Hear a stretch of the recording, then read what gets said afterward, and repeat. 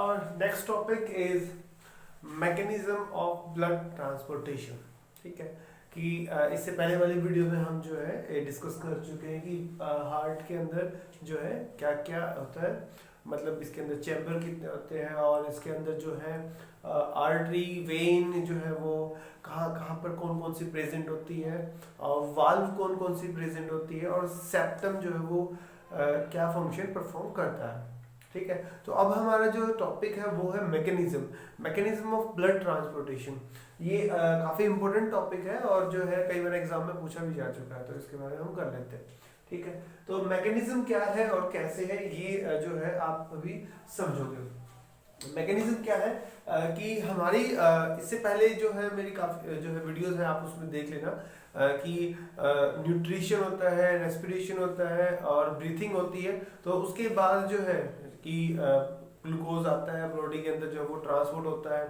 ठीक है, और ऑक्सीजन ट्रांसपोर्ट होती है, तो वो जो है हमारे हार्ट से और ब्लड जो है दोनों मिलकर जो है पंप करते हैं और जो ये ट्रांसपोर्ट होती है। ठीक है, और ग्लूकोज भी ट्रांसपोर्ट होता है, ऑक्सीजन भी ट्रांसपोर्ट होती है, लेकिन उसके बाद जो प्रोसेस होती है रेस्पिरेशन की कि ऑक्सीडेशन ऑफ फूड जो होता है उसमें कार्बन डाइऑक्साइड रिलीज होती है, वो ट्रांसपोर्ट होती है। तो यहाँ दोनों प्रोसेस कंबाइन होंगे कि ग्लूकोज तो ट्रांसपोर्ट हो ही रहा है, साथ के साथ ऑक्सीजन ट्रांसपोर्ट हो रही है, तो कार्बन डाइऑक्साइड को भी ट्रांसपोर्ट करना होता है। तो ये मैकेनिज्म है यहाँ कंप्लीट जो हम इसको समझेंगे।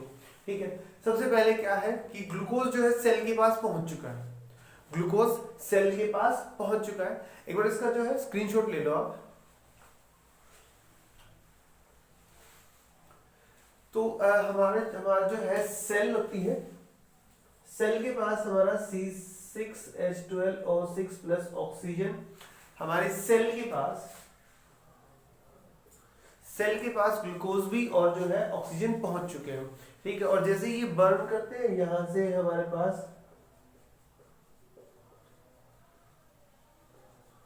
एनर्जी बन जाती है, CO2 H2O और एनर्जी। ठीक है, तो देखिए कि जो डीऑक्सीजनेटेड ब्लड होता है मतलब कि कार्बन डाइऑक्साइड, जो कार्बन डाइऑक्साइड डीऑक्सीजनेटेड का मतलब है कि डीऑक्सीजनेटेड ब्लड मींस क्या है कि ब्लड प्लस CO2, और ऑक्सीजनेटेड ब्लड का मतलब क्या होगा,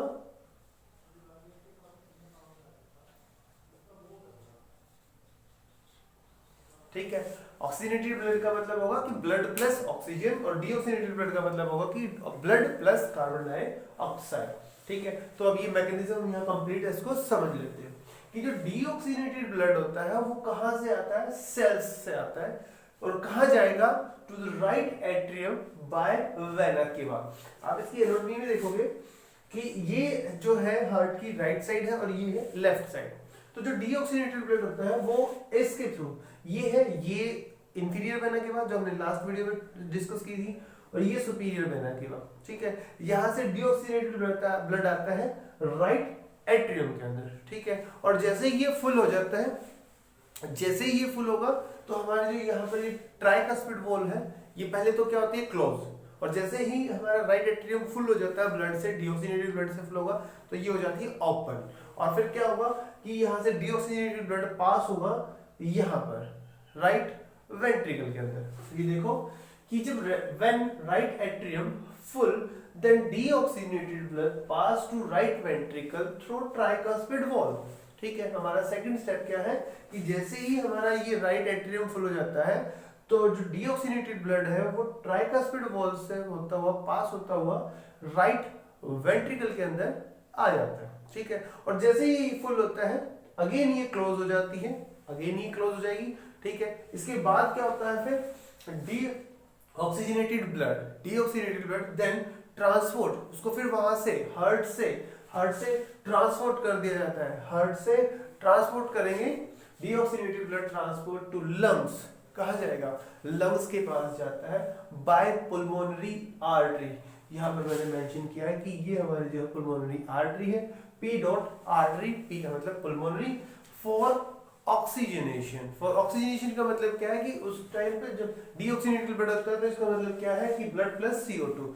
अब उस CO2 को जो है वो लंग्स को देगा और वहां से क्या लेगा, ऑक्सीजन को लेगा। ठीक है, और जैसे ही वो ऑक्सीजन को लेता है ब्लड, तो वो डीऑक्सीजनेटेड से कन्वर्ट होकर ऑक्सीजनेटेड में हो जाता है। ठीक है, ऑक्सीजनेटेड का मतलब क्या, ब्लड प्लस ऑक्सीजन। देखो आफ्टर ऑक्सीजनेशन, ठीक है, कार्बन डाइऑक्साइड को जो है रिलीज कर दिया और ऑक्सीजन को जो है इनटेक कर लिया। Blood come from lungs, lungs से फिर जो है वो निकल पड़ता है। ट्रू, कहाँ के लिए, लेफ्ट एट्रियम के लिए, लेफ्ट एट्रियम में उसको आना होता है। एंड देन सॉरी बाय किसके थ्रू आता है, किससे आता है वो, पुल्मोनरी वेन से लेफ्ट एट्रियम के अंदर एंट्री करता है। ये देखोगे आप, पुल्मोनरी वेन ये 3 होती है, यहां से ऑक्सीजनेटेड ब्लड लेफ्ट एट्रियम के अंदर एंट्री करता है। ठीक है, अब जैसे ही हमारा जो फुल हो जाता है, अब ये जैसे ही फुल हो जाएगा तो हमारी बाइकस्पिड वॉल्व ओपन हो जाएगी। जैसे ही ये जो है बाइकस्पिड वॉल्व, मैंने लिखा हुआ बाइकस्पिड, जैसे ही ओपन होती है यहाँ से ऑक्सीजनेटेड ब्लड यहाँ पर पास कर दिया जाता है। ठीक है, देखो then oxygenated blood pass to left ventricle. इससे पहले वाली वीडियो में हमने डिस्कस किया था कि एट्रियम जो है हार्ट के ऊपर वाले चैम्बर्स को कहते हैं और वेंट्रिकल नीचे वाले चैम्बर्स को कहते हैं। ठीक है, so then oxygenated blood pass to left ventricle through the bicuspid wall, bicuspid wall के थ्रू जो है एट्रियम से वेंट्रिकल के अंदर ऑक्सीजनेटेड ब्लड पास हो जाता है। Oxygenated blood transport to cells, यहां से जैसे ही लेफ्ट वेंट्रिकल के अंदर ऑक्सीजनेटेड ब्लड आता है तो उसको जो है ट्रांसपोर्ट कर दिया जाता है टुवर्ड्स सेल्स, सेल्स की तरफ पास कर देते हैं from left ventricle by aorta, the biggest artery. इससे पहले जो हमारी फर्स्ट वीडियो थी लाइफ प्रोसेस की, उसमें हम डिस्कस कर चुके थे कि which is the biggest artery in human body, so वो क्या है, अरोटा। तो आप यहाँ देखोगे, यहाँ बाइकस्पिड से होता हुआ ऑक्सीजनेटेड ब्लड आता है लेफ्ट वेंट्रिकल के अंदर और फिर यहाँ से पास होता हुआ अरोटा से पूरी बॉडी में जो है वो ट्रांसपोर्ट कर दिया जाता है। ठीक है, अभी हमारा जो 7th पॉइंट है, मोस्ट इंपोर्टेंट पॉइंट है, ये हमें बताता है कि हमारा जो ब्लड है वो कंटिन्यू जो है कंटिन्यू ऐसे जैसे हमारी क्लॉक चलती है कंटिन्यू क्लॉक, ऐसे ही ब्लड जो है वो पूरी बॉडी में सर्कुलेट करता है every second of your life. जब तक हम जीते हैं, जब तक आप जी रहे हो, तब तक जो है ब्लड पूरी बॉडी में सर्कुलेट होता रहेगा, ट्रांसपोर्ट करता ही रहेगा। तो 7th पॉइंट को डिस्कस कर लेते हैं क्या, कि ब्लड ट्रांसपोर्ट ऑक्सीजन। ठीक है, अभी हमने पढ़ा कि ऑक्सीजनेशन के लिए जाता है, तो ब्लड क्या ट्रांसपोर्ट करता है, ऑक्सीजन टू सेल्स, सेल्स को ऑक्सीजन ट्रांसपोर्ट करेगा, फ्रॉम लंग्स, लंग्स से लेगा।